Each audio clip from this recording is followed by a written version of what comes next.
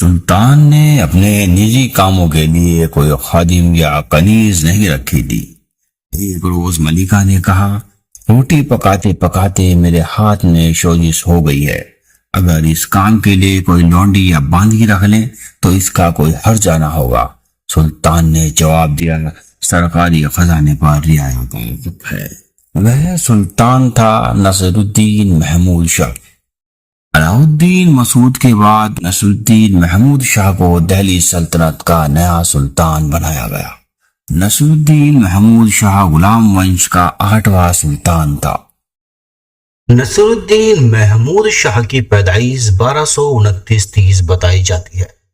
سلطان التمش کے بڑے بیٹے کا نام بھی نصر الدین تھا، لیکن اس کی موت کے بعد نصر الدین کی پیدائش ہوئی تو اپنے بڑے بیٹے کی یاد تازہ رکھنے کے لیے چھوٹے بیٹے کا نام بھی نصر الدین رکھا۔ اس کی پیدائش کے بعد ماں اور بیٹوں کو لونی میں پرورش کے لیے بھیج دیا گیا۔ سلطان بنتے سمے نصر الدین محمود شاہ کی عمر لگ بھگ 17 یا 18 سال کی تھی۔ منہاج السراج نے طبقات ناسی نصر الدین محمود شاہ کو سمرپت کی ہے اور اسے ایک عادل سلطان بتایا ہے۔ نصر الدین محمود کے بارے میں لکھا ہے، وہ اپنے نجی کاموں کے لیے قرآن لکھتا تھا اور اسے بیچ کر اپنا خرچ کرتا تھا۔ سلطان بنتے ہی نصر الدین کے انصاف اور رعایا کی دوستی کی بڑی شہرت ہوئی۔ نصر الدین نے اپنے باپ کی طرح 1246 میں سفید محل میں اپنی تاج پوشی کی۔ نصر الدین نے غیاث الدین بلبن کو وزیر کا عہدہ دیا اور وہ حکومت کے سارے کام بلبن کی رائے سے کرتا تھا۔ بلبن نے اپنے چچیرے بھائی شیر خان کو خان معظم کا خطاب دیا اور اسے پنجاب اور ملتان کی صوبے داری دی۔ اس کا مقصد تھا منگولوں کو روکنا۔ اس کے لیے شیر خان نے بھٹیج اور بھٹنڈا کے مضبوط قلعے تعمیر کیے۔ دہلی سلطنت کی اصلی باغ ڈور بلبن کے ہاتھ میں ہی تھی۔ 1246 میں نصر الدین نے بلبن کے مشورے سے ملتان پر حملہ کیا۔ 1247 میں راوی ندی کو پار کر قیام کیا اور بلبن کو سندھ کی اور روانہ کیا۔ بلبن نے سندھ کے آس پاس کے علاقوں کو تباہ اور برباد کر انہیں لوٹ لیا۔ باغیوں اور خوکروں کا قتل عام کیا کیونکہ منگولوں کے پچھلے حملے میں منگولوں سے وہ مل گئے تھے۔ ان کی بیویوں اور بچوں کو قید کر بادشاہ کی خدمت میں پیش کیا گیا۔ سلطان نے کچھ دن قیام کیا، پھر دہلی واپس آ گیا۔ ملتان اور لاہور کے پرانے امیروں کو ہٹا دیا کیونکہ وہ دہلی بادشاہ کے فرما بردار نہیں تھے اور ان کی جگہ ان کے بیٹوں کو نیا امیر بنا دیا گیا۔ 2 دسمبر 1247 کو نصر الدین محمود نے دوآب کے علاقے کا سفر کیا اور قنوج کے قلعے پر حملہ کر اسے فتح کر لیا۔ 17 مارچ 1248 کو نصر الدین نے کڑا کی اور توجہ دی۔ بلبن کو ایک لشکر اس طرف بھیجا گیا۔ بلبن نے دمکی ملکی کے علاقوں کو جی بھر کر لوٹا اور بڑی تعداد میں مال و دولت لوٹی۔ بڑی تعداد میں لوگوں کو قید کر لایا گیا۔ طبقات ناصری میں اور تاریخ فرشتہ میں دمکی ملکی ایک راجہ کا نام ہے جس کی حکومت دریائے جمنا کے کنارے کے علاقے میں تھی، جس نے قلنجر کڑا سے لے کر ماولوا تک کے تمام علاقوں پر قبضہ کر لیا تھا۔ لیکن بھارتی اکاؤنٹس میں ان راجاؤں کا ذکر نہیں ملتا ہے۔ 1237 کا ایک شیلیخ ناگودا میں راجہ اڑک ملا کا ذکر پایا جاتا ہے۔ 1248 میں نصر الدین محمود نے بلبن کو رنتھمبور اور کوہپایا میوات کے علاقوں کی طرف روانہ کیا۔ ملک وہاب الدین رنتھمبور میں لڑتے ہوئے مارے گئے، لیکن بلبن نے ان علاقوں پر جیت حاصل کی اور بہت سا مال و دولت لے کر واپس آئے۔ طبقات ناصری میں رنتھمبور کے راجہ کا ذکر نہیں ہے کہ کون سا راجہ رنتھمبور میں تھا، لیکن بھارتی سروتوں میں اس وقت میں رنتھمبور کا راجہ تھا جیتر سیمہ۔ جیتر سیمہ نے نصر الدین کی اطاعت قبول کر لی اور سالانہ رقم دینے کا وعدہ کیا۔ 1249 میں بلبن واپس آیا اور نصر الدین کی شادی بلبن کی بیٹی سے ہوئی۔ 1250 میں ملتان پر حملہ کیا۔ ملتان کا حاکم شیر خان بادشاہ کی خدمت میں حاضر ہوا۔ 1251 میں نصر الدین نے ٹیرور پر حملہ کیا۔ طبقات ناصری کے مطابق شابان 649 میں نصر الدین گوالیار، چندیری، نورول اور مالوا پر حملہ آور ہوا۔ مالوا کے قریب راجہ چہر ازر سبھی راجاؤں میں مہان تھے۔ اس کے پاس 500 گھڑ سوار اور 2 لاکھ پیادہ سپاہی تھے۔ فرشتہ لکھتے ہیں نصر الدین لشکر لے کر قلعہ ٹرور کی اور بڑھا۔ وہاں کا راجہ تھا جاہر دیو۔ پہاڑ کے اوپر اس کا قلعہ تھا اور اس کی فوج میں 5000 گھڑ سوار اور 1 لاکھ پیدل سپاہی تھے۔ ایک زبردست جنگ ہوئی۔ ہار دیکھتے ہوئے جاہر دیو میدان جنگ سے فرار ہو گیا۔ نصر الدین نے قلعے پر قبضہ کر لیا اور وہاں سے چندیری مالوا کی اور بڑھا۔ اگر ہم بھارتی سروتوں کی بات کریں، چہر ازر اور جاہر دیو کا ذکر نہیں آتا ہے۔ بہرحال مالوا پر پرمار راجہ جیتونگی دیو کا قبضہ تھا اور جسے بلبن نے شکست دی۔ 1253 میں امام الدین ریحانی نے بلبن کی غیر موجودگی کا فائدہ اٹھاتے ہوئے نصر الدین کو بھڑکایا۔ نصر الدین اس کی باتوں میں آ گیا۔ اس نے بلبن کو حاصل جانے کا حکم دیا۔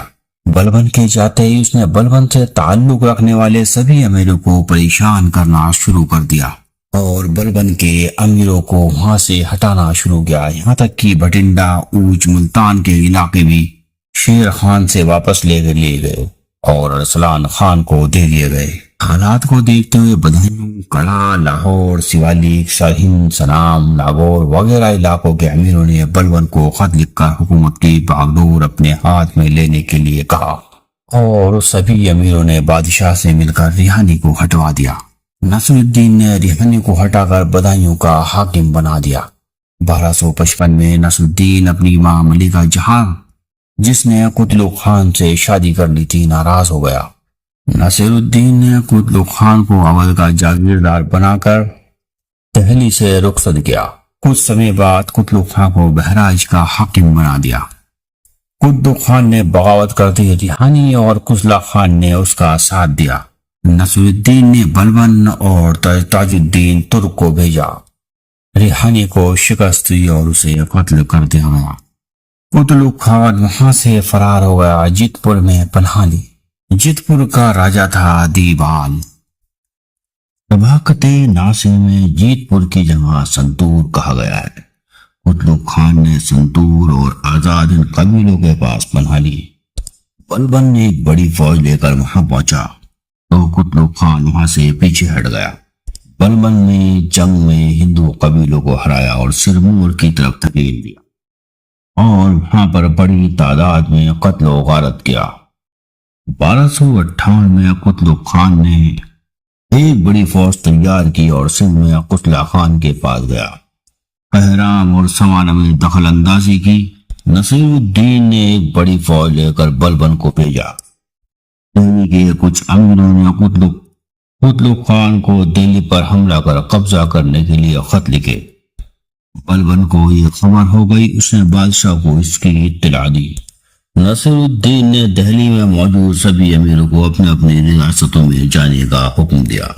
قزلہ خان اور قتلغ خان جب دہلی پہنچے تو انہیں ان کے ہمدرد امیر نہیں ملے۔ قزلہ خان سندھ کی اور نکل گیا۔ بلبن کی سفارش پر دوبارہ جاگیر بحال کی، لیکن قتلغ خان کا نامعلوم ہو سکا، وہ کہا گیا۔ 1259 میں بادشاہ کے حکم سے خان اعظم یعنی بلبن کو کوہ پایا، میوات، رنتھمبور اور سیوالک پر حملہ کیا گیا۔